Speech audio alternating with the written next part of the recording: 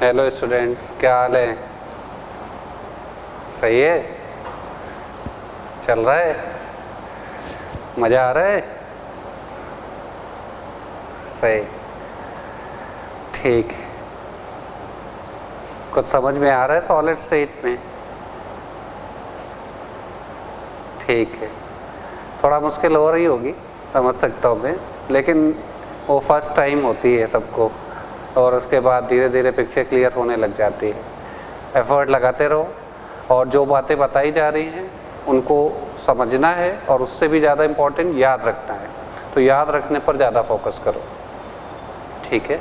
और एक बार चीज़ें याद हो जाती हैं तो दिमाग फिर धीरे धीरे चीज़ों को ओरिएंट करने लग जाता है। तुम इसको ऐसे भी समझ सकते हो कि जैसे मान लो जिस भी रूम में तुम रहते होगे वो एक क्यूब इमेजिन कर लो, और उसके बगल में भी एक क्यूब, और उसके अगल बगल सब तरफ क्यूब क्यूब क्यूब बने हुए हैं, और उनके कॉर्नर्स, उनके फेस के सेंटर्स, और जो भी चीज़ें हम लोग यहाँ डिस्कस करते हैं उनको वहाँ पर विजुअलाइज करने की कोशिश करो, तो थोड़ा आसान हो जाता है, ठीक है? तो ये तरीका अपनाया जा सकता है चीज़ों को विजुअलाइज करने का। हाँ, ये बात सही है कि फर्स्ट टाइम में विजुअलाइज नहीं होता है, लेकिन ये भी बात सही है कि रिपीट करने से चीज़ें दिखाई पड़ने लग जाती हैं। सबसे पहले एक्सेप्टेंस ज़रूरी है। तुम्हें ये मानना पड़ेगा कि जो बात बताई जा रही है वो वही है।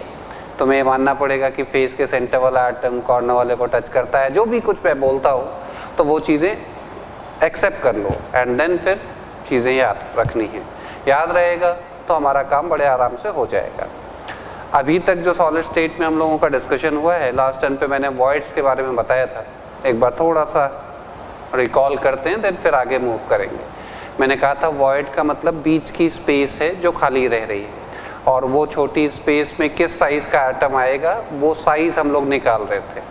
तो एक नाम लिया था मैंने ट्राइगोनल वॉइड का, जिसमें साइज़ की वैल्यू निकल के आई थी 0.155 टाइम्स ऑफ कैपिटल आर। मतलब जो एटम्स के बीच में वॉइड बन रहा है उनकी रेडियस के कंपैरिजन में जिस एटम को उसमें प्लेस किया जा सकता है उसकी रेडियस बड़े एटम की 0.155 टाइम्स हो सकती है। और फिर मैंने एक रेंज की भी बात की थी। मैंने कहा था कि ट्राइगोनल वॉइड में जो एटम्स रखे जा सकते हैं उनकी radius can be in between 0.155 r से लेकर के 0.225 आर। जो टेट्राहेड्रल वॉइड के लिए हम लोगों ने नंबर निकाला था, ये एक सीक्वेंस है basically. Trigonal void, tetrahedral void, octahedral void, जो हम लोग आज अभी बात करेंगे। इसी तरह हम लोगों ने टेट्राहेड्रल वॉइड के लिए बात की थी, और फिर टेट्राहेड्रल वॉइड के लिए मैंने बताया था 3D वॉइड है। इसके पहले ट्राइगोनल वॉइड के बारे में बताया था कि ये 2D वॉइड है। 2D वॉइड का मतलब वॉइड बनाने वाले एटम्स, वॉइड में रखा जाने वाला एटम, सभी के सेंटर्स एक ही प्लेन पर लाए करें।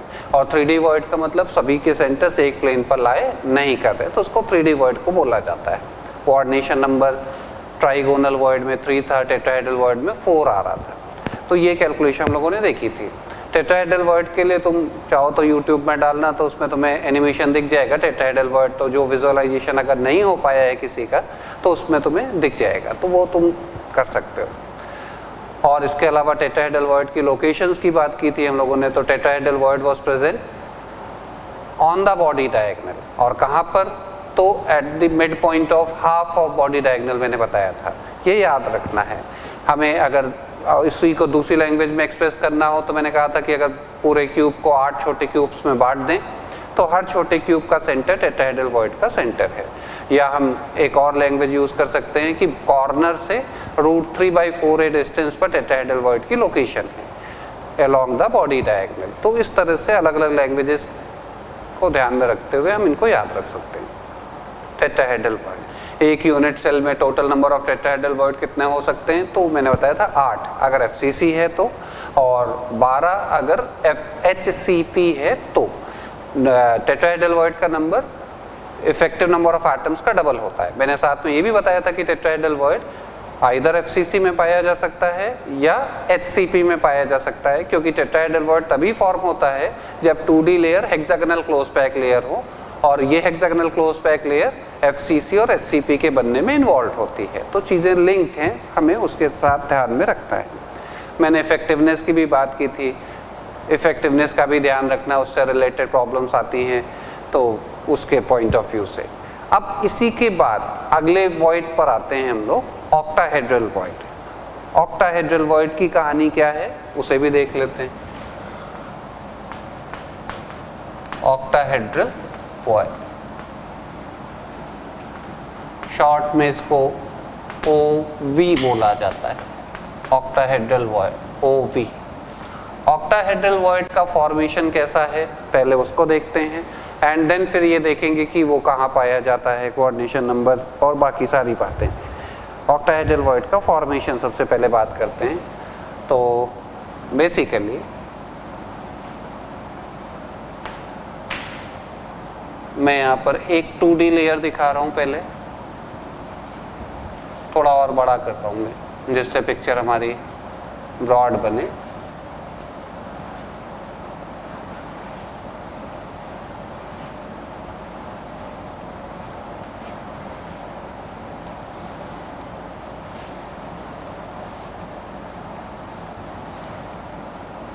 और बड़ा भी किया जा सकता है, इतने से काम चलाते हैं। अब जैसे ये एक लेयर दिखाई गई है, अब इसमें ये गैप्स पॉइंट आउट कर रहा हूँ मैं, अल्टरनेट गैप्स में डिफरेंट कलर से पॉइंट आउट कर रहा हूँ, डिफरेंट कलर से। ये अब आइदर हम सेकेंड लेयर जब प्लेस करते हैं तो या तो हम ब्लू गैप को चूज कर सकते हैं या ऑरेंज गैप को चूज कर सकते हैं। तो मैं ब्लू ऑरेंज गैप को चूज कर रहा हूँ। ये सेकेंड लेयर के एटम्स दिखाए जा रहे हैं, सेकेंड लेयर के एटम्स।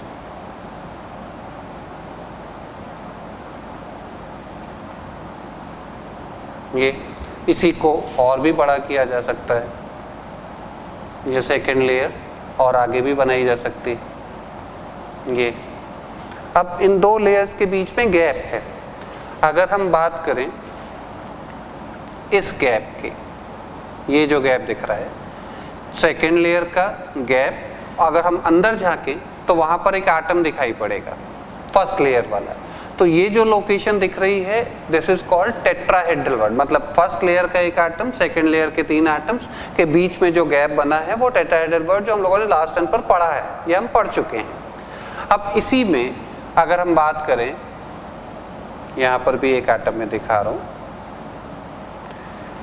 ये ऑरेंज वाले एटम्स की लेयर का गैप, और उसके नीचे अगर झांके तो वो वाइट कलर से जो लेयर फर्स्ट लेयर बनाई गई थी उसका गैप, ये दोनों गैप एक दूसरे के आमने सामने आ रहे हैं। तो ये जो बीच में गैप क्रिएट हो रहा है this is called octahedral void.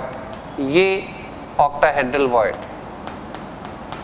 मतलब कहने का ये है, ये टेट्राहेड्रल वॉइड, टेट्राहेड्रल वॉइड मतलब कहने का ये है कि दो हेक्सागोनल क्लोज पैक लेयर जब एक दूसरे पर प्लेस की जाती हैं तो ऑक्टाहेड्रल वॉइड भी बनता है उनके बीच में ही, और टेट्राहेड्रल वॉइड भी बनता है उनके बीच में ही।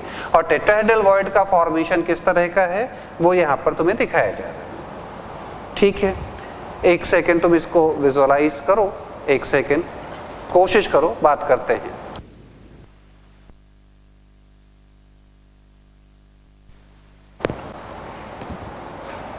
कुछ समझ में आया? ऑक्टाहेड्रल वॉइड, टेट्राहेड्रल वॉइड किस तरह का दिख रहा है? मैं अलग से डायग्राम बना रहा हूं। जैसे फर्स्ट लेयर,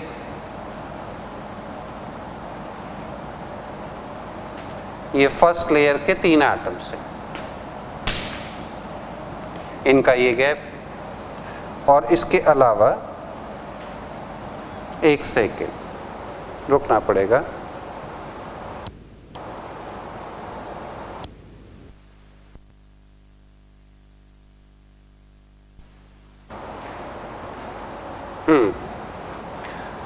तो मैंने ये दिखाया है कि ये एक लेयर के एटम्स हैं। अब इसमें मैं अनदर लेयर के एटम्स, ये ऑक्टाहेड्रल वॉइड शो करने के लिए मैं अनदर लेयर के एटम दिखा रहा हूँ। ये सेकेंड लेयर, ये सेकेंड लेयर, और इन दो लेयर्स के बीच में जो गैप बन रहा है वो ऑक्टाहेड्रल वॉइड है। ये ऑक्टाहेड्रल वॉइड को ऑक्टाहेड्रल वॉइड बोलते क्यों हैं? क्योंकि अगर मैं इनके सेंटर्स मिला करके जो डायग्राम बनेगा, जो स्ट्रक्चर क्रिएट होगा, अगर मैं इनके सेंटर्स मिला दूं तो वो स्ट्रक्चर अपने आप में एक ऑक्टाहेड्रन होता है। ऑक्टाहेड्रन होता है का मतलब है square planar bi pyramidal, square planar bi pyramidal, ये स्ट्रक्चर क्रिएट होगा।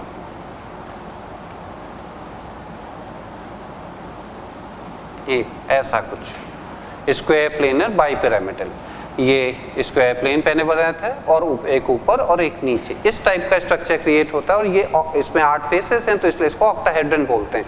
जैसे तुमने हाइब्रिडाइजेशन स्टेट पढ़ी होगी sp3d2, sp3d2 में इसी तरह का स्ट्रक्चर देखने को मिलता है, स्क्वायर प्लेनर बाई पिरामिडल, मतलब एक स्क्वायर प्लेन और एक ऊपर एटम और एक नीचे एटम। तो कुछ उस तरह की सिचुएशन है जो शायद इस डायग्राम को देख करके अंदाजा नहीं लग रहा होगा, तो मैं इसको FCC में दिखाता हूँ कि ये कैसे इस तरह से बना है। और मैं ये बता ही दे रहा हूँ और दिख भी रहा है कि चूंकि यहाँ पर hexagonal close pack 2D layers use में आ रही हैं, तो this kind of void will be present in FCC और HCP। VCC या सिंपल क्यूबिक स्ट्रक्चर में ये वर्ड प्रेजेंट नहीं होगा।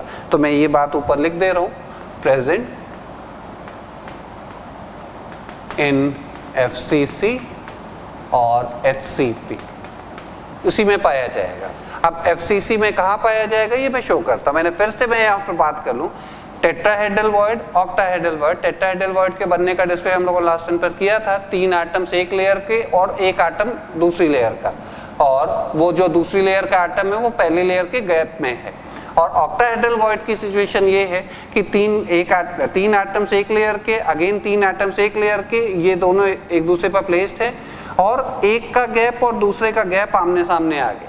तो इसलिए यहाँ पर जो वॉइड बना इसका नाम है ऑक्टाहेड्रल वॉइड। IIT के एग्जाम में एक बार यही डायग्राम दे दिया था और पूछा था कि यहाँ पर जो गैप बना है उसमें किस साइज का एटम रखा जा सकता है। तो जो स्ट्रक्चर को पहचान पाया वो आंसर कर पाया, जिसको ये स्ट्रक्चर ही नहीं समझ में आया कि क्या बना हुआ है तो वो आंसर कर ही नहीं पाएगा। तो हमें ये पता लगना चाहिए कि ऑक्टाहेड्रल वॉइड के बनने की कहानी क्या है। मैं इसको हटा रहा हूँ और ये बात मैं तुम्हें FCC में दिखा रहा हूँ कि FCC में ये कैसे बनता है। FCC में ऑक्टाहेड्रल वॉइड का फॉर्मेशन कहाँ पर है, कैसे है, उसको विजुअलाइज करते हैं। सबसे पहले FCC स्ट्रक्चर,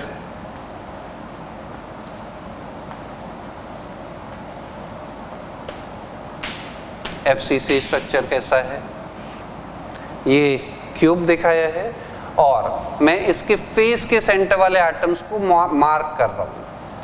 ये फेस के सेंटर वाले एटम्स हैं और हमें ये पता है कि एडजेसेंट फेस के सेंटर वाले एटम एक दूसरे को टच करते हैं। मतलब अगर मैं इनके सेंटर्स मिला दूं तो ये अपने आप में एक स्क्वायर बनाते दिखाई पड़ेंगे, और एक एटम अपर फेस का सेंटर और एक नीचे बिलो फेस का सेंटर, अगर इनके भी सेंटर्स मिला दिए जाएं तो ये एक ऊपर पिरामिड बनाता दिखाई पड़ेगा और ऐसे ही नीचे की तरफ पिरामिड बनाता दिखाई पड़ेगा।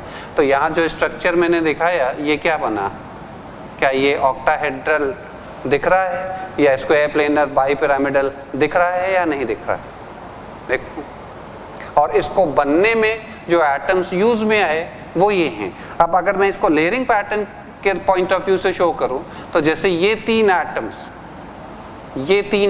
ये एक लेयर के पार्ट हैं, और सिमिलरली मैं दूसरा कलर यूज कर लेता हूं, ये 3 एटम्स ये दूसरे लेयर का पार्ट है और ये 2 लेयर के एटम्स एक दूसरे पर प्लेस्ड हैं इस तरह से। ये 2 लेयर्स के एटम एक दूसरे पर प्लेस्ड हैं इस तरह से, तो जो बीच में गैप बना है वो है ऑक्टाहेड्रल वॉइड। और एक्चुअली अगर उसकी लोकेशन देखी जाए तो वो एग्जैक्टली बॉडी के सेंटर पर आएगा, एग्जैक्टली बॉडी के सेंटर पर आएगा। एक ऑक्टाहेड्रल वॉइड बॉडी के सेंटर पर आता है। ये डायग्राम इसी तरह का है, ये दोनों एक ही जैसा है और ये बेसिकली इस तरह का फॉर्मेशन है। ये अगर हमें ये चीज ऑब्जर्व करनी है तो तुम अलोंग बॉडी डायगोनल देखो तो ऐसा ऑब्जर्व होगा। अगर अलोंग बॉडी डायगोनल देखा जाए तो ये ऑब्जर्वेशन आएगा, और अगर फ्रंट से देखें तो ऐसा दिखाई पड़ेगा कि स्क्वायर प्लेनर बाई पिरामिडल। तो ये ऑक्टाहेड्रल वॉइड का फॉर्मेशन है। अब ऑक्टाहेड्रल वॉइड एक तो बॉडी के सेंटर पर दिख रहा है, इसके अलावा और भी ऑक्टाहेड्रल वॉइड्स प्रेजेंट हैं। कहाँ पर है उसे देखने के लिए हमें अपने यूनिट सेल को थोड़ा बड़ा करना पड़ेगा। Actually other octahedral voids are present at the edge centre, मतलब एज के सेंटर पर भी ऑक्टाहेड्रल वॉइड बनते हैं। ऑक्टाहेड्रल वॉइड एज के सेंटर पर कैसे बना, तो उसे विजुअलाइज करने के लिए जैसे यहाँ पर एक यूनिट सेल है तो उसका फेस का सेंटर, ऐसी ऊपर यूनिट सेल होगी तो उसका एक फेस आएगा, उसका सेंटर, ये कॉर्नर, ये भी कॉर्नर, और ये फेस का सेंटर और ये फेस का सेंटर। ध्यान से देखो, जैसे अगर मैं इन सेंटर्स को मिलाता हूँ तो ये अपने आप में एक स्क्वायर बनाते दिखाई पड़ेंगे, और ये ऊपर अगर इसको मिला दें तो ये एक ऊपर पिरामिड बनता दिखेगा, और ऐसे ही अगर इसको नीचे से मिला दें तो ये एक नीचे पिरामिड बनता दिखाई पड़ेगा। मतलब जिस तरह का डायग्राम मैंने पहले दिखाया था वैसी डायग्राम वहां पर बना। मतलब कहने का ये है कि लोकेशन ऑफ ऑक्टाहेड्रल वॉइड कहां पर है, तो बॉडी सेंटर और इसके अलावा एज सेंटर, बॉडी के सेंटर पर है और एज के सेंटर पर है। ये एफसीसी में लोकेशन है, एफसीसी में ऑक्टाहेड्रल वॉइड। अगर काउंटिंग कर ली जाए, साइज के बारे में अभी बात करेंगे हम लोग, अगर काउंटिंग की जाए कि एक यूनिट सेल में कितने ऑक्टाहेड्रल वॉइड्स हैं, नंबर ऑफ ऑक्टाहेड्रल वॉइड्स अगर निकाले जाएं, नंबर ऑफ ऑक्टाहेड्रल वॉइड कितने आएंगे, तो एक तो बॉडी का सेंटर है, और बॉडी के सेंटर पर जो भी एटम होगा वो पूरी तरह से यूनिट सेल के अंदर लाई करेगा, तो उसकी इफेक्टिवनेस तो 1 होगी, 1। और इसके अलावा टोटल क्यूब में कितनी एजेस होती हैं, तो 12 एजेस होती। लेकिन एज पर रखे हुए एटम का जो कंट्रीब्यूशन आता है वो आता है 1/4। मैंने तुम्हें इसके पहले भी बताया था, याद भी रखो 1/4। तो अगर टोटल काउंटिंग करें तो यहाँ से 3 आएगा और यहाँ से 1 का मतलब ये टोटल नंबर आएगा 4, टोटल नंबर 4 आएगा। या तुम इसको ऐसे भी कह सकते हो कि ये Z के बराबर आ रहा है, मतलब ऑक्टाहेड्रल वॉइड का नंबर यूनिट सेल की रैंक के बराबर आता है। यूनिट सेल की रैंक जितनी होगी वही नंबर ऑक्टाहेड्रल वॉइड का होगा। और अगर तुम ध्यान से देखो तो टेट्राहेड्रल वॉइड का नंबर ऑक्टाहेड्रल वॉइड के नंबर से डबल आता है। तो ये एक रिलेशन भी याद रखा जा सकता है। और इसी के बेसिस पर अगर हमसे ये पूछा जाए कि number of octahedral void HCP में कितने होंगे, तो वहां पर ये नंबर 6 आएगा, क्योंकि HCP की रैंक होती है 6 नंबर ऑफ एटम्स एक यूनिट सेल में लाई करते हैं, तो वहां पर ऑक्टाहेड्रल वॉइड का नंबर 6 आता है। ठीक है, तो इस तरह से ऑक्टाहेड्रल वॉइड की लोकेशन कहाँ पर है, एक यूनिट सेल में कितने ऑक्टाहेड्रल वॉइड्स होते हैं, वो यहाँ पर मैंने दिखाया है। ठीक, इसको ध्यान से देखो। अब अगर हम साइज की बात करें कि हम ऑक्टाहेड्रल वॉइड में किस साइज का एटम रख सकते हैं, उस कैलकुलेशन पर आए तो देखते हैं। इस डायग्राम को मिटा देते हैं क्योंकि इस डायग्राम से हमें ये बात नहीं दिखाई पड़ेगी। ये मैंने केवल इसलिए दिखाया है जिससे हम विजुअलाइज कर पाएं कि ऑक्टाहेड्रल वॉइड कैसे बन रहा है।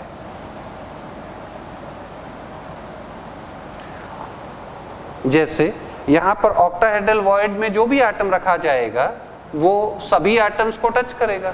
अच्छा, तो अगर इसमें कोऑर्डिनेशन नंबर की बात करें, coordination number of octahedral void कितना होगा, तो क्या आंसर किया जाएगा? तो ऑक्टाहेड्रल वॉइड में जो एटम रखा जाएगा वो कितनों को टच करेगा, तो ये नंबर आएगा 6। ये समझ में आता है 6 कैसे आएगा? क्योंकि यहाँ पर जो एटम रखा है वो सभी जिन्होंने वो वॉइड बनाया है उन सभी को टच करेगा, सभी को टच करेगा, तो ऑक्टाहेड्रल वॉइड का कोऑर्डिनेशन नंबर 6 आएगा। अब अगर कैलकुलेशन पर आए तो जैसे यहाँ पर ये स्क्वायर प्लेन ही कंसीडर कर लें, यहाँ पर अगर स्क्वायर प्लेन कंसीडर करें, जो पिरामिड का स्क्वायर प्लेन है अगर उसको ही कंसीडर करें, तो उस स्क्वायर प्लेन का सेंटर ऑक्टाहेड्रल वॉइड का सेंटर है। और उस स्क्वायर प्लेन की एज लेंथ की अगर बात की जाए तो वो वैल्यू होगी 2r के बराबर। कैसे? क्योंकि यहाँ पर रखा हुआ एटम और यहाँ पर रखा हुआ एटम ये दोनों एक दूसरे को टच कर रहे हैं, तो ये वैल्यू 2r के बराबर होगी। और सेंटर से कॉर्नर तक की distance small r plus capital R के बराबर होगी। कैसे? क्योंकि यहाँ पर जो एटम रखा जाएगा, जो वॉइड में रखा जाएगा, वो कॉर्नर वाले को टच करेगा, तो इसका मतलब यहाँ से लेकर के यहाँ तक की distance small r plus capital R। और अगर मैं यहाँ से परपेंडिकुलर ड्रॉप करूँ तो ये इसको दो इक्वल पार्ट में बांट देगा, और ये एंगल कितना होगा? 45 डिग्री। 45 डिग्री। तो यहाँ से कहा जा सकता है कि small r plus capital R cos 45 degree is equal to capital R। ये कैपिटल R होगा, इतनी लेंथ। ये अब नाम दे देते हैं ABC। ट्राइंगल ABC में AB cos 45 degree is equal to ABC is equal to BC। तो ये वैल्यू आएगी, और cos 45 होता है 1/√2, तो और उसको उधर लेके चले जाएं तो यहाँ पर लिखा जा सकता है small r plus capital R is equal to √2 times capital R, और √2 की वैल्यू होती है 1.414 टाइम्स कैपिटल R, और ये R भी उधर लेके चले जाएं तो यहाँ से वैल्यू आएगी 0.414 times capital R, 0.414 times capital R। तो यही नंबर मैंने पहले यूज कर लिया था, तो वो यहाँ से आया है। मतलब ऑक्टाहेड्रल वॉइड में जो एटम रखा जा सकता है उसका साइज है 0.414 टाइम्स कैपिटल R। और अगर मैं इसकी भी रेंज की बात करूं, ये तो मार्जिनल कंडीशन है, मतलब जब हम इसमें इस साइज का एटम रखेंगे तो वो आइडियल स्ट्रक्चर कहलाएगा। आइडियल स्ट्रक्चर कहलाएगा का मतलब है कि ये जो वॉइड बनाने वाले एटम्स होंगे वो एक दूसरे के साथ टचिंग पोजीशन पर बने रहेंगे, तो वो आइडियल स्ट्रक्चर कहलाता है। और हम ऑक्टाहेड्रल वॉइड में ही इससे भी बड़ा एटम रख सकते हैं, और वो किस रेंज तक रख सकते हैं, तो वो नंबर अगर मैं लिखूं, रेंज की बात करूं, तो वो नंबर है 0.414 से लेकर के, अगर मैं रेशियो के टर्म में लिखूं तो ये वैल्यू आती है 0.732 तक। ये 0.732 कहाँ से आया, तो ये अभी दिख जाएगा, ये अपने अगले वॉइड का नाम है क्यूबिक वॉइड, उसके बारे में अभी हम लोग बात करेंगे। तो इस तरह से ये रेंज आती है ऑक्टाहेड्रल वॉइड के लिए, ये रेंज आती है कि हम इस साइज के एटम्स को ऑक्टाहेड्रल वॉइड में एडजस्ट कर सकते हैं। ठीक है, जैसे मैं यहीं पर एक छोटा सा एग्जांपल ले रहा हूं, इसको नोट कर लेना।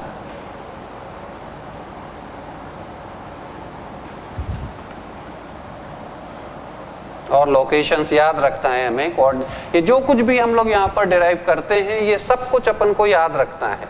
अगर हमें याद होगा तो हम डायरेक्ट क्वेश्चन में इनको यूज कर लेंगे और हमारे क्वेश्चन सॉल्व हो जाएंगे।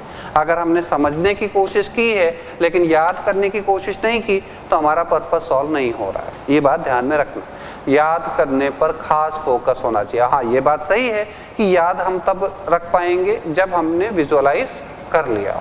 अगर विजुअलाइजेशन नहीं होगा तो याद करना थोड़ा मुश्किल हो जाएगा। ठीक, देखते हैं ऑक्टाहेड्रल वॉइड। मैं एक एग्जांपल की बात कर रहा था, जैसे अगर हमसे ये कहा गया कि हमारे पास एक आयोनिक सॉलिड है और उसमें A की रेडियस दी गई है 100 पिकोमीटर और B की रेडियस दी गई है 200 पिकोमीटर, तो find the coordination number of A in a solid. Solid में A का कोऑर्डिनेशन नंबर क्या होगा, ये हमें आंसर करना है। तो कैसे आंसर किया जाएगा, तुम पता करो small r upon capital R की value. Small r upon capital R 100 upon 200 that will be 0.5, और ये 0.5 नंबर किस रेंज में लाई कर रहा है, तो वो इस रेंज में लाई करेगा। इसका मतलब A will be present in, therefore A will be present in octahedral void, वो ऑक्टाहेड्रल वॉइड में प्रेजेंट होगा। और अगर A ऑक्टाहेड्रल वॉइड में है तो उसका कोऑर्डिनेशन नंबर कितना होगा, therefore coordination number of A will be equal to क्या, 6, क्योंकि ऑक्टाहेड्रल वॉइड का कोऑर्डिनेशन नंबर कितना होता है, 6। तो ये बात समझ में आती है कि ये चीज़ें कैसे डिसाइड की जा रही हैं। किसी भी कैटायन का कोऑर्डिनेशन नंबर या उस कैटायन की लोकेशन कैसे डिसाइड होगी, ये इस बात पर डिपेंड करती है कि जिस एनायन के साथ वो कैटायन है उसके साइज के कंपैरिजन में हमारे कैटायन का साइज कितना, कंपैरिजन में, कंपैरिजन का मतलब रेडियस का रेशियो कह लो, या इसकी रेडियस उसके कंपैरिजन या तुलना में कितने गुना है, वो डिसाइड करता है कि हमारा कैटायन कौन सा वॉइड ऑक्यूपाई करेगा, और अकॉर्डिंगली स्ट्रक्चर डिफाइन होता है। ठीक है, जैसे इसको तुम ऐसे भी समझ सकते हो कि यहाँ अगर ऑक्टाहेड्रल वॉइड है तो इसका जो बेसिक स्ट्रक्चर एनायन बना रहा होगा वो आइदर FCC होगा या HCP होगा, वो सिंपल क्यूबिक नहीं हो सकता, वो बॉडी सेंटर्ड क्यूबिक भी नहीं हो सकता। क्यों नहीं हो सकता? क्योंकि ना तो सिंपल क्यूबिक स्ट्रक्चर में हमारा ये वॉइड पाया जाएगा, ना बॉडी सेंटर्ड क्यूबिक में ये वॉइड पाया जाएगा। तो ये जहाँ पाया जा सकता है वो दो ही ऑप्शन है, तो ये बात हमें ध्यान में रखनी है। ठीक है, ऐसे। अब ये ऑक्टाहेड्रल वॉइड, ऑक्टाहेड्रल वॉइड का बनना, ऑक्टाहेड्रल वॉइड की लोकेशन, ऑक्टाहेड्रल वॉइड का साइज, ऑक्टाहेड्रल वॉइड का कोऑर्डिनेशन नंबर, ये सारी बातें हमें ध्यान में रखनी है। ये सब हमारे क्वेश्चंस हैं। हाँ, अगर हमसे ये पूछा जाए कि दो नियरेस्ट ऑक्टाहेड्रल वॉइड की सेपरेशन कितनी होगी, separation between two nearest octahedral void, अगर हमसे पूछा जाए दो ऑक्टाहेड्रल वॉइड की सेपरेशन बताओ, तो वो कैसे आंसर करेंगे? तो उसके लिए अगर लोकेशन क्लियर होगी तो हम आंसर कर सकते हैं, अगर लोकेशन क्लियर नहीं होगी तो हम आंसर नहीं कर पाएंगे। देखते हैं, मैं यहाँ पर एक बार दिखा दे रहा हूँ, तुम लोग अपनी तरफ से हमेशा कोशिश करते रहना।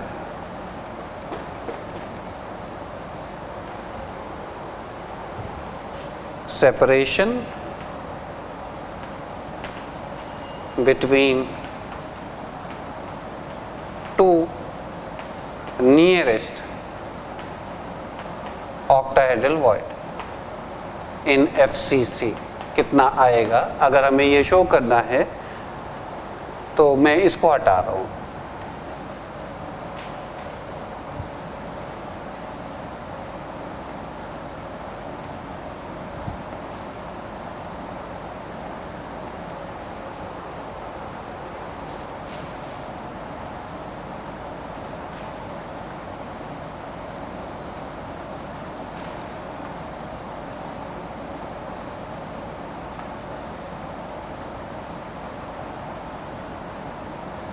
ये हमारा FCC यूनिट सेल है, और मैं केवल ऑक्टाहेड्रल वॉइड के लोकेशंस की बात करूं तो बॉडी का सेंटर और एज का सेंटर, एज का सेंटर, ये ऑक्टाहेड्रल वॉइड की लोकेशंस है। ये सब लोकेशंस ऑक्टाहेड्रल वॉइड की, एज का सेंटर और बॉडी का सेंटर।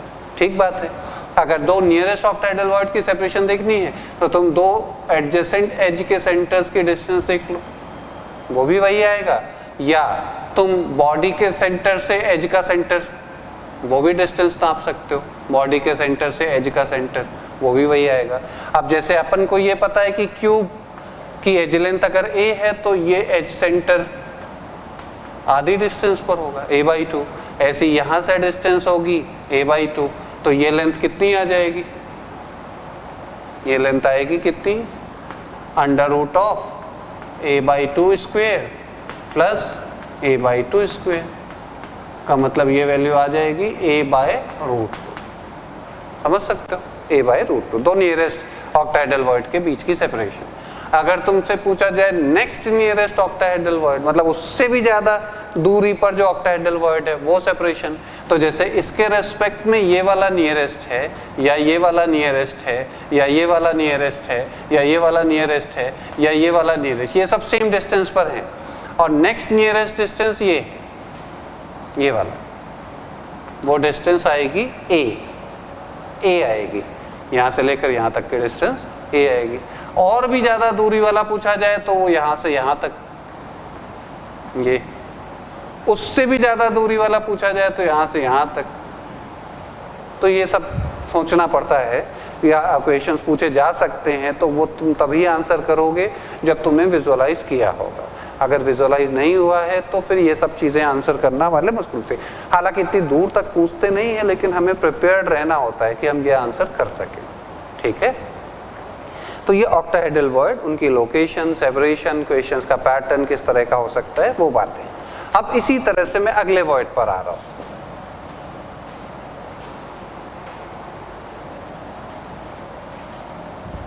अगला वॉइड है अपना क्यूबिक वॉइड। अच्छा, ये जो भी वॉइड डिस्कस हो रहा है ये सब 3D वॉइड का एग्जांपल है, ये बात समझ सकते हो, क्योंकि यहाँ पर सभी के सेंटर से एक प्लेन पर लाई नहीं करेंगे। और इसके अलावा एक चीज और भी कह सकते हो कि इन वॉइड्स के बनने में एक नहीं 2 लेयर के एटम्स यूज में आएंगे। 2 लेयर्स एक दूसरे पर प्लेस्ड है और उनके बीच में वॉइड क्रिएट हो रहा है, ऑक्टाहेड्रल वॉइड। अच्छा, अगर हमसे ये पूछा जाए कि सेपरेशन बिटवीन टेट्राहेड्रल वॉइड और ऑक्टाहेड्रल वॉइड कितनी है, तो तुम्हें अभी मैंने दिखाया है कि ऑक्टाहेड्रल वॉइड और टेट्राहेड्रल वॉइड दोनों बॉडी डायगोनल पर प्रेजेंट। ये अगर मैं कहूं कि ये बॉडी डायगोनल है, बॉडी डायगोनल, तो बॉडी डायगोनल के आधे पर तो टेट्राहेड्रल वॉइड है, टेट्राहेड्रल वॉइड है, और मिड पॉइंट पर ऑक्टाहेड्रल वॉइड है, ऑक्टाहेड्रल वॉइड। इसका मतलब अगर हम 2 ऑक्टाहेड्रल वॉइड के बीच की सेपरेशन निकालना चाहें तो बता सकते हैं, और टोटल लेंथ है √3/√3a, उसकी आधी लेंथ है √3a/2, और उसकी भी आधी लेंथ है कितना, √3/4a। तो ये डिस्टेंस हो गई 2, एक ऑक्टाहेड्रल वॉइड एक टेट्राहेड्रल वॉइड के बीच की नियरेस्ट डिस्टेंस। तो इस तरह से ये अलग अलग तरीके हैं याद रखने के लिए। तुम जितना ज़्यादा रिलेट करोगे चीज़ों को याद करना उतना ज़्यादा आसान होता जाएगा। ठीक है, अगले वॉइड पर आते हैं।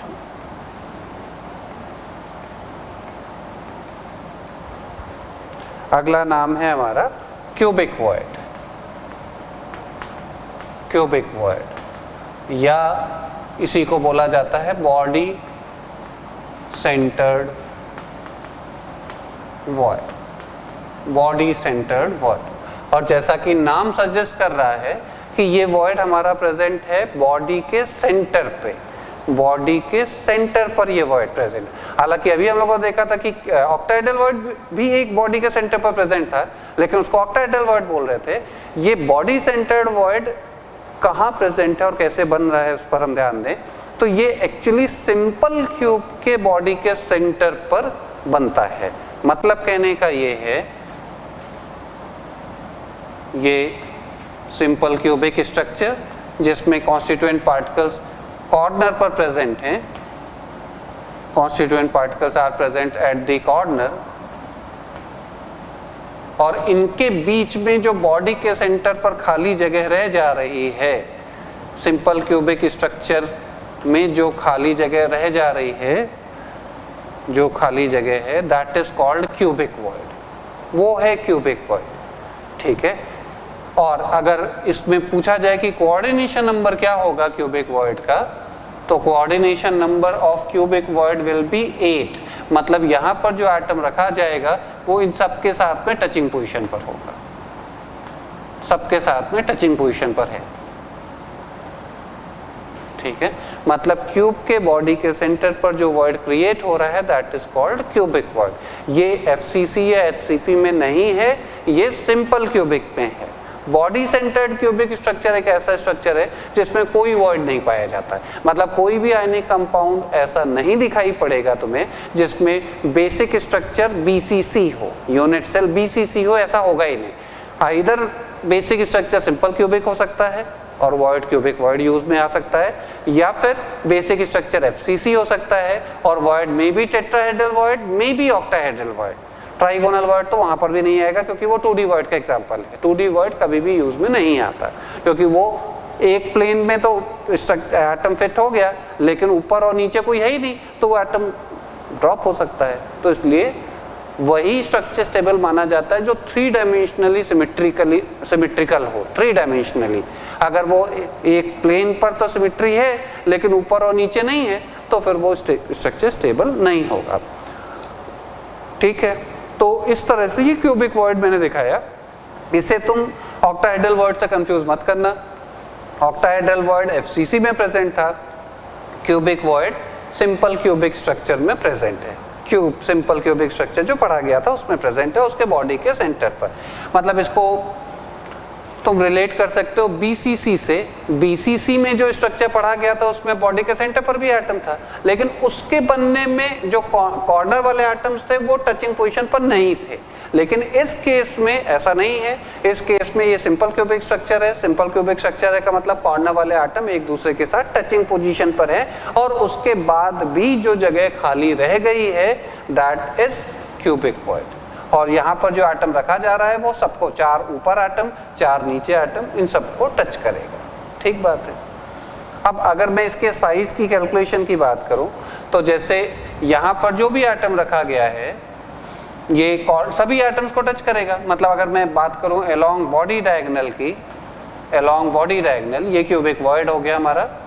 और अलोंग बॉडी डायगोनल की बात करें तो बॉडी डायगोनल की लेंथ होगी, अगर एज लेंथ ए है, एज लेंथ ए है तो बॉडी डायगोनल की लेंथ होगी √3a, तो उसकी आधी लेंथ होगी √3/2a, √3/2a। और √3/2a की value small r plus capital R के बराबर होगी। कैसे? क्योंकि यहाँ पर जो एटम है और यहाँ पर जो एटम है वो दोनों एक दूसरे के साथ टचिंग पोजीशन पर है, तो इसलिए उसकी टोटल लेंथ आएगी small r plus capital R।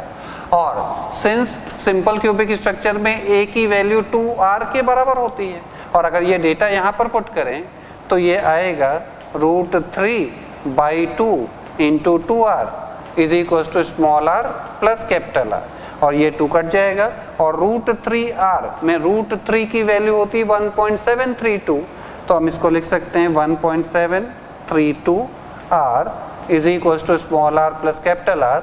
और यहाँ से ये इसको इधर लेके आ जाएं तो आएगा small r is equal to 0.732 times capital R।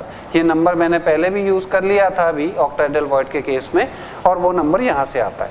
मतलब क्यूबिक वॉइड ऑक्टाहेड्रल वॉइड से भी बड़ा है, मतलब ये साइज उससे भी बड़ा है। पूरा सीक्वेंस है tetrahedral, then octahedral, then cubic void, तो ये उसका नंबर है। और अगर मैं रेंज की बात करूँ तो ये रेंज है small r upon capital R की वैल्यू क्यूबिक वॉइड में एडजस्टमेंट के लिए 0.732 से लेकर के 1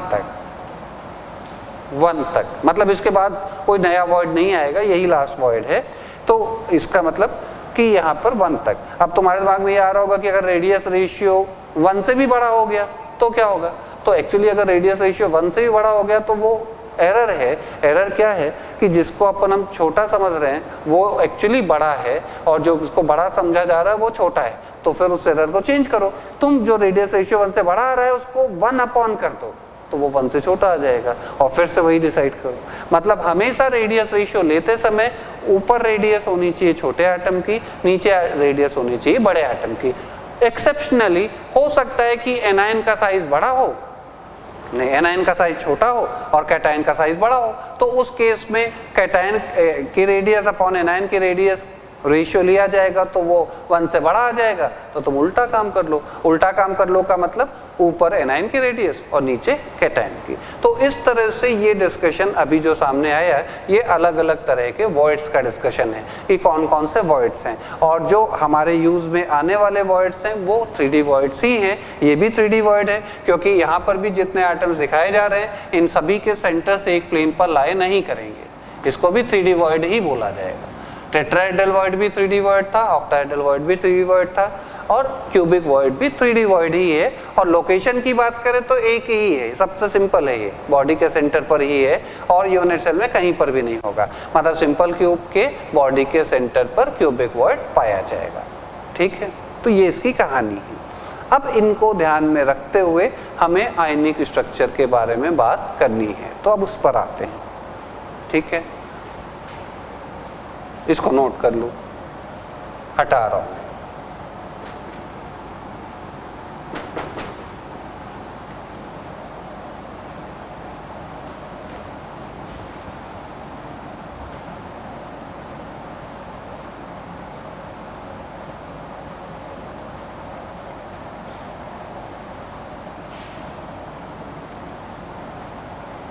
और आयनिक कंपाउंड्स के स्ट्रक्चर का डिस्कशन किस तरह का है, एक एग्जांपल जो हम लेंगे उसी टाइप का डिस्कशन तुम्हें बार बार रिपीट होता दिखाई पड़ेगा, तो ध्यान से देखो।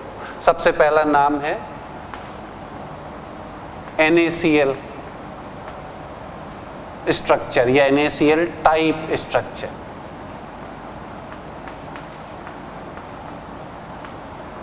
NaCl का जो स्ट्रक्चर है वो किस तरह का है। अच्छा, एक बात मैं यहीं पर बोल दूं कि यहाँ जो भी आयनिक कंपाउंड्स अपन पढ़ेंगे उनकी बेसिक यूनिट सेल्स क्यूब ही होंगी और वो बेसिक यूनिट सेल क्यूब में हो सकता है सिंपल क्यूब हो सकता है FCC हो। जैसे 3 क्यूब पढ़े गए, simple cubic, body centred cubic और फेस सेंटर्ड क्यूबिक। तो बॉडी सेंटर्ड क्यूबिक में तो कोई वॉइड होता ही नहीं है, क्योंकि वहाँ कोई भी ऐसी लोकेशन है ही नहीं जो 3 डायमेंशनली सिमेट्रिकल हो।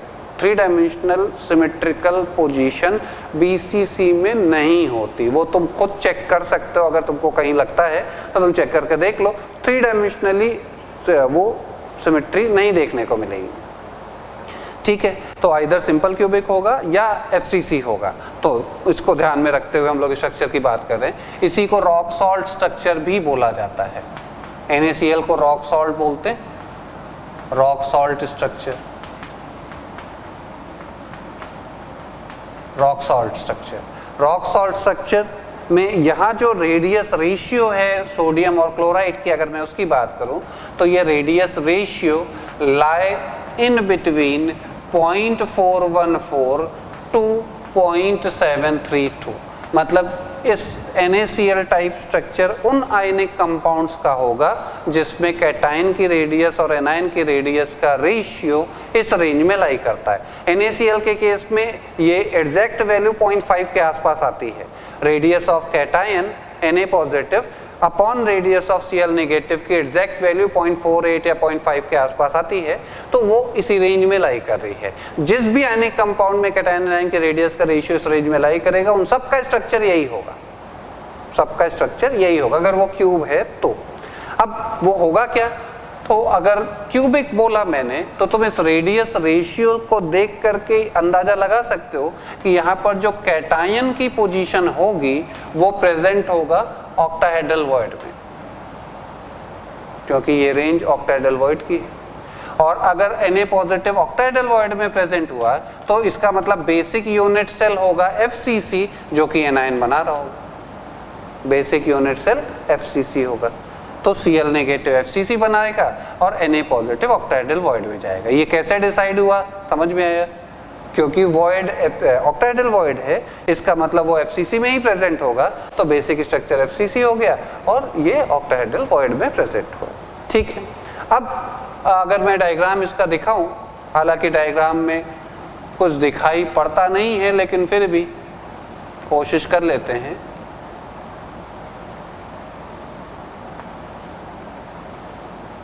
वो तो मैं अपने दिमाग में लोकेशंस बनानी पड़ेंगी। यहाँ पर Cl एटम्स की पोजीशन अगर मैं लिखूं तो Cl एटम्स कॉर्नर पर हैं, फेस के सेंटर पर हैं, कॉर्नर पर हैं, फेस के सेंटर पर हैं। FCC बनाने वाले एटम्स की लोकेशन है, कॉर्नर पर है, फेस के सेंटर पे। कोई छूट गया? पीछे वाला फेस और फ्रंट वाला फेस, ये लोकेशन है। ओके, और इसके अलावा सोडियम की लोकेशन अगर यहाँ पर शो की जाए, Na पॉजिटिव कहाँ पर है, तो वो ऑक्टाहेड्रल वॉइड में है। तो ऑक्टाहेड्रल वॉइड एक तो बॉडी का सेंटर और इसके अलावा एज का सेंटर, बॉडी का सेंटर और एज का सेंटर, ऑक्टाहेड्रल वॉइड की लोकेशन। ये तुम्हारी शीट में भी डायग्राम बने हुए हैं, उसको भी तुम रेफर कर सकते हो। इनफैक्ट उसको ही रेफर करना, एच का सेंटर। कोई छूटा तो नहीं? देख लो, छूटा हो तो खुद से बना लेना। ये NaCl का स्ट्रक्चर। अब अगर इस स्ट्रक्चर को ध्यान में रखते हुए बात करें कोऑर्डिनेशन नंबर की कैटायन और एनायन की, सबसे पहले बात करें coordination number of cation Na positive. इसका कोऑर्डिनेशन नंबर क्या है? तो चूंकि ऑक्टाहेड्रल वॉइड में है तो ऑक्टाहेड्रल वॉइड का कोऑर्डिनेशन नंबर अभी पढ़ा था 6 का मतलब है कि each sodium ion will be surrounded by, will be in touching position by 6 Cl negative ion. मतलब एक सोडियम को 6 Cl टच कर रहे होंगे। किस तरह से टच कर रहे होंगे? तो आगे पीछे, ऊपर नीचे, दाएं बाएं। कैसे? तुम यहाँ पर देख सकते हो। इस सोडियम के लिए ये आगे ये पीछे, ये ऊपर और ये नीचे, और ये दाएं और ये बाएं। दाएं बाएं उल्टा कर लेना, दिखाई पड़ता है, ठीक है। जैसे अगर तुम याद करो तो कोऑर्डिनेशन नंबर 6 हम लोगों ने सबसे पहले पढ़ा था in case of simple cubic structure, याद आ रहा है? सिंपल क्यूबिक स्ट्रक्चर में भी किसी एक एटम का कोऑर्डिनेशन नंबर 6 होता था।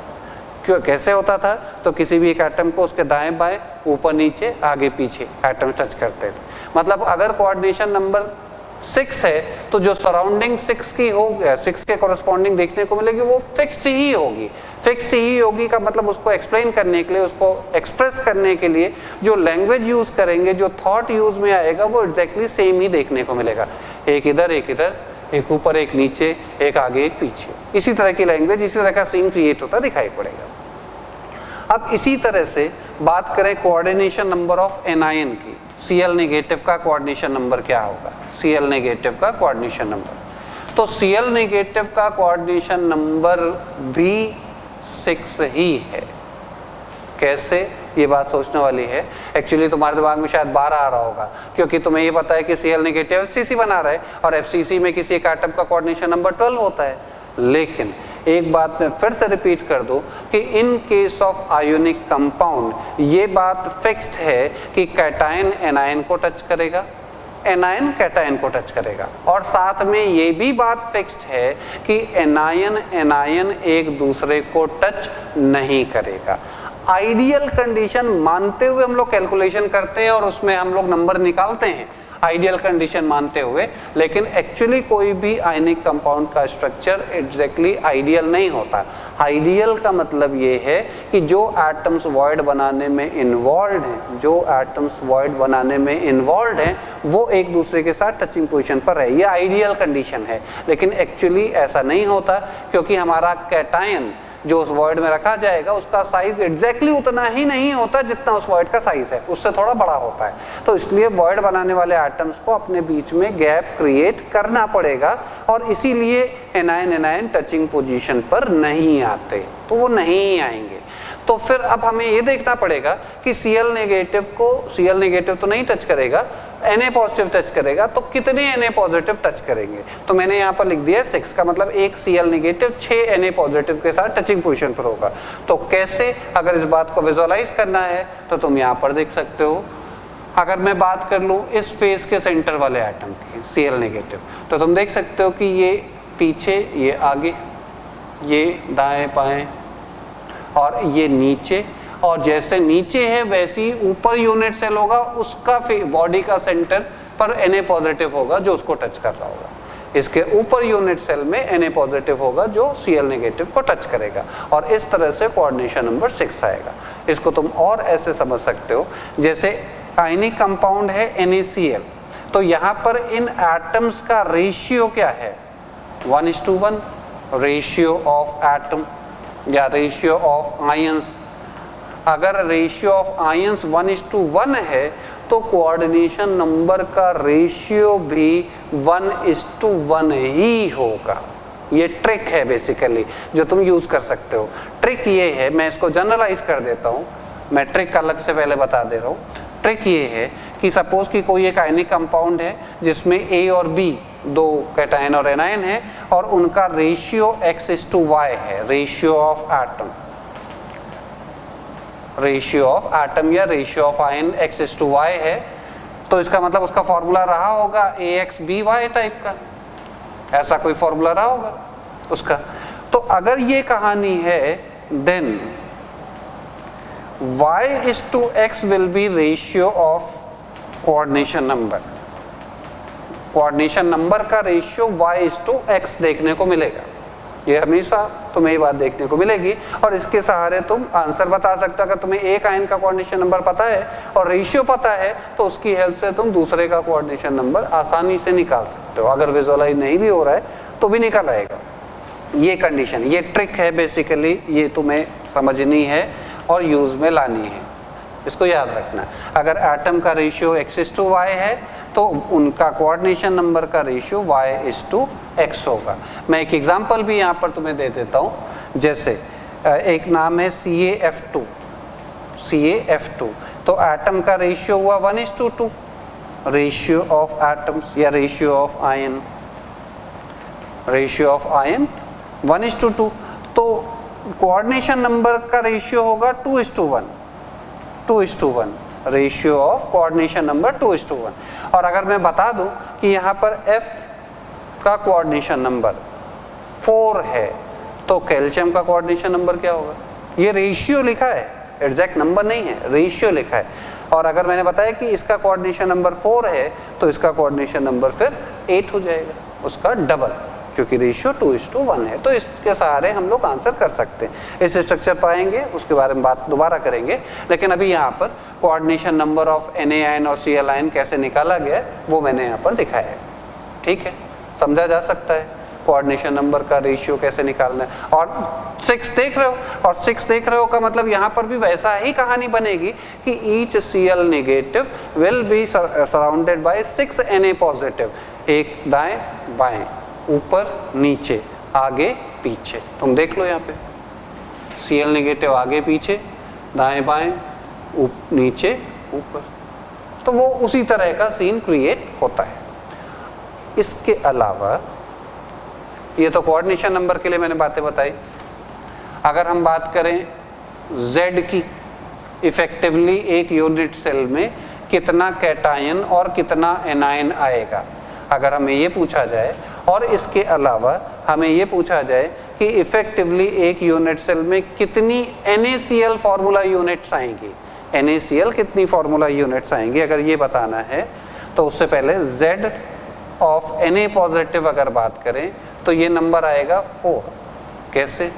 क्योंकि एक यूनिट सेल में कितने ऑक्टाहेड्रल वॉइड्स होते हैं? 4, और उन ऑक्टाहेड्रल वॉइड्स में Na पॉजिटिव है, तो इसका मतलब Na पॉजिटिव का इफेक्टिवनेस आएगी 4। और सिमिलरली अगर हम बात करें Z ऑफ Cl नेगेटिव तो वो भी आएगा 4। वो कैसे 4 आएगा? तो जो FCC बनाते हैं एटम्स, उनकी इफेक्टिवनेस कितनी आती है? 4 ही। 8 कॉर्नर इंटू 1/8 प्लस 6 फेस का सेंटर इंटू 1/2, तो 4 आएगी। वो आप लोगों ने पहले निकाल रखा है, तो उसको मैंने डायरेक्ट यूज किया है। तो इसके बेसिस पर अगर हमसे ये पूछा जाए कि Z of NaCl formula unit एक यूनिट सेल में कितनी है, फार्मूला यूनिट कितनी आएगी, तो 4 कैटायन और 4 एनायन मिल करके कितना NaCl बनाएंगे? 4 कैटायन 4 एनायन मिल करके कितना NaCl बनाएंगे? तो 4 NaCl बनेगा। तो एक यूनिट सेल में 4 NaCl यूनिट्स इफेक्टिवली लाई करेंगे। ठीक है, जैसे इसमें ये पूछा जाएगा, कुछ इस टाइप से क्वेश्चन पूछा जा सकता है कि अगर हमने 1 ग्राम NaCl का क्रिस्टल लिया, 1 ग्राम, तो उसमें कितनी यूनिट सेल्स होंगी? तो अब कैसे बता सकते हैं? हमें ये पता है कि एक यूनिट सेल में 4 NaCl है, तो एक NaCl का वेट कितना होगा ये निकाला सकता है। सोडियम का एटॉमिक वेट 23, क्लोरीन का एटॉमिक वेट 35.5, तो NaCl का मॉलिक्यूलर वेट आएगा कितना? 35.5 प्लस 23, 58.5। हाँ, 58.5। अब एक फार्मूला यूनिट का वेट आएगा 58.5 AMU, 58.5 AMU, जिसको ग्राम में लिखा जा सकता है। तो एक यूनिट का ये वेट है, तो एक यूनिट सेल में ऐसी 4 यूनिट्स हैं, तो एक यूनिट सेल का वेट होगा 4 टाइम्स 58.5 बाय Na ग्राम में, और टोटल वेट दिया गया है 1 ग्राम डिवाइडेड बाय एक यूनिट सेल का वेट कितना होगा, तो नंबर ऑफ यूनिट सेल्स कितनी आएंगी वो निकाली जा सकती है। ठीक है, ये सिंपली एप्टीट्यूड का क्वेश्चन है, वो तुम इस तरह से सॉल्व कर सकते हो। समझ में आता है कि यहाँ पर एक यूनिट सेल में NaCl की कितनी यूनिट्स होंगी। इसके अलावा आगे बात करें, यहाँ पर हमें रेडियस के रिलेशन की भी बात करनी है। इसको अब मैं हटा रहा हूँ, इसको नोट कर लेना।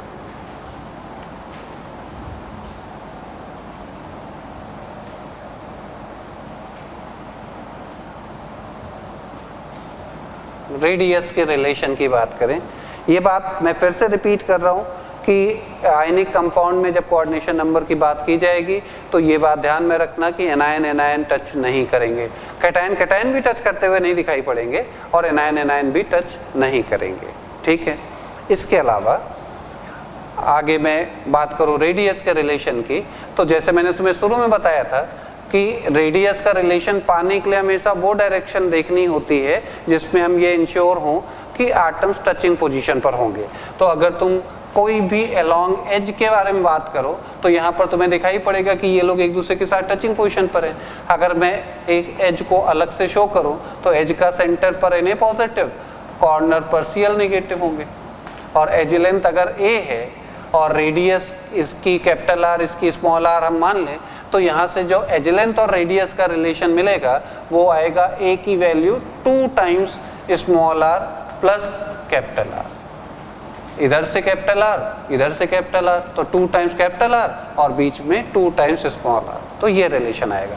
या ये कह सकते हैं कि small are plus capital R की वैल्यू a/2 आएगी। ये हमेशा वैलिड कंडीशन है, ऑलवेज वैलिड है, ऑलवेज वैलिड है for any CL type structure कि radius of cation, radius of anion और edge length of unit cell में रिलेशन आएगा। ये मैंने इसलिए बताया क्योंकि अगर हमसे इक्वेशन पूछा जाएगा कि कैटायन की ये रेडियस है, एनायन की ये रेडियस है, यूनिट सेल की एज लेंथ बताओ, तो हम इस रिलेशन को यूज कर सकते हैं।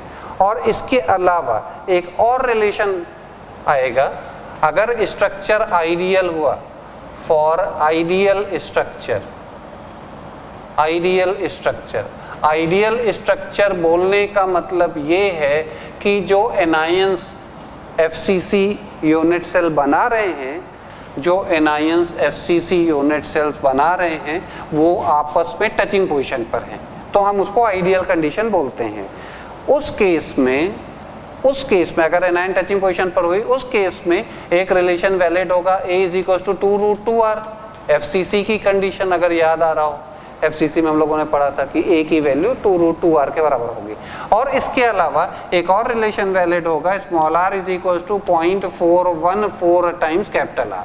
मतलब एनायन टचिंग पोजीशन पर तभी रहेंगे जब कैटायन का रेडियस एग्जैक्टली उतना ही हो जितना आइडियली ऑक्टाहेड्रल वॉइड का साइज होता है। आइडियली ऑक्टाहेड्रल वॉइड का साइज होता है 0.414 टाइम्स कैपिटल R। आइडियली का मतलब अगेन कि जो वॉइड बनाने वाले एटम्स हैं वो एक दूसरे के साथ टचिंग पोजीशन पर हैं, वो आइडियल स्ट्रक्चर की बात होती है।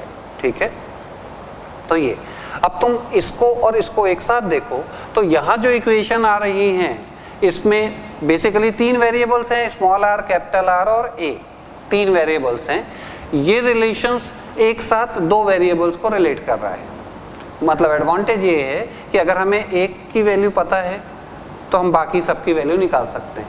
अगर हमें स्मॉल r पता है तो कैपिटल R भी निकाल सकते हैं इससे, और a भी निकाल सकते हैं इससे। ठीक, लेकिन इस रिलेशन में अगर बात करें तो यहाँ पर 3 वेरिएबल्स हैं, तो इसको सॉल्व करने के लिए हमें एक बार में 2 वेरिएबल पता होने चाहिए, तभी हम तीसरा निकाल सकते हैं, अदरवाइज नहीं निकाल सकते। ये जो यहाँ पर रिजल्ट आया है, ये रिजल्ट तभी यूज किया जा सकता है जब हमसे कहा जाए कि स्ट्रक्चर आइडियल है। अब और अगर हमसे ये नहीं बोला कि स्ट्रक्चर आइडियल है और तुमने तब भी ये यूज कर लिया तो आंसर नहीं आएगा, ये बात ध्यान रखना। जैसे मैं एक एग्जांपल दे रहा हूँ, मान लेते हैं कि हमसे कहा जा रहा है कि एक सॉलिड है AB has NaCl type structure, NaCl type का स्ट्रक्चर है, और बताया जा रहा है radius of anion is equal to 100 picometre और radius of cation is equal to 50 picometre. और हमसे कहा जाए calculate edge length of unit cell, A निकालना है। तो हमारे पास 2 ऑप्शन दिख रहे हैं, इधर हम इसको यूज करें, कैपिटल R पता है तो हम इससे भी आंसर कर सकते हैं, या हम इससे आंसर कर सकते हैं। तो किससे आंसर करना ठीक होगा? तो अगर हमें ये 2 वेरिएबल दिए हुए हैं तो हम इसको यूज करेंगे तो आंसर आएगा। मैं यहाँ पर दिखा दे रहा हूँ, A will be equal to half times small r plus capital R, that is half times 50 plus 100, 150 का मतलब ये वैल्यू आ जाएगी, सॉरी हाफ नहीं 2 टाइम्स, तो ये वैल्यू आ जाएगी 300 पिकोमीटर। ये करेक्ट आंसर है। और अगर किसी ने ये किया A = 2√2r और इससे आंसर निकाला 2√2r का मतलब 2 √2 × 100 का मतलब 200 √2 पिकोमीटर अगर निकाला तो ये गलत आएगा, वो गलत आंसर है। ये गलत आंसर है, ये सही आंसर है। तो तुम्हें ये बात समझनी पड़ेगी कि हम कब क्या कर सकते हैं। अगर हमें दोनों में से कोई एक डेटा ही दिया होता, दूसरा दिया ही नहीं होता, तब तुम्हारी मजबूरी थी, तब तुम ये यूज करते। और लेकिन अगर दोनों दिया है तो तुम्हें इसको ही फॉलो करना होगा, ठीक है। स्ट्रक्चर का आइडियल होना, स्ट्रक्चर का नॉन आइडियल होना, दोनों का मीनिंग क्या है ये बात समझनी होगी। स्ट्रक्चर का आइडियल मतलब जो बेसिक यूनिट सेल बना रहे हैं वो लोग टचिंग पोजीशन पर हैं, और नॉन आइडियल का मतलब वो लोग टचिंग पोजीशन पर नहीं है, क्योंकि हमारा कैटायन वॉइड का जितना आइडियल साइज होता है उससे थोड़ा बड़ा है, ठीक है। तो ये कहानी है। रोकते हैं अभी यहाँ, इसमें थोड़ा डिस्कशन और है, वो अपन नेक्स्ट लेक्चर में लेंगे। तो अब इससे रिलेटेड कुछ प्रॉब्लम्स हैं जो मैं तुम्हें तुम्हारे ग्रुप में शेयर करूँगा, वो तुम अपनी शीट से सॉल्व करना, और देन फिर हम लोग आगे मूव करेंगे, ठीक है। तो यहाँ तक अभी के लिए, और इस तरह से पढ़ते रहो, और जो भी डाउट्स आएँ वो ग्रुप में डिस्कस करो, ठीक है। फिर हम लोग उससे रिलेटेड जो भी चीज़ें होंगी वो बात की जाएगी, ठीक है। सही है, पढ़ो, मिलते हैं, बाय एंड टेक केयर, ठीक।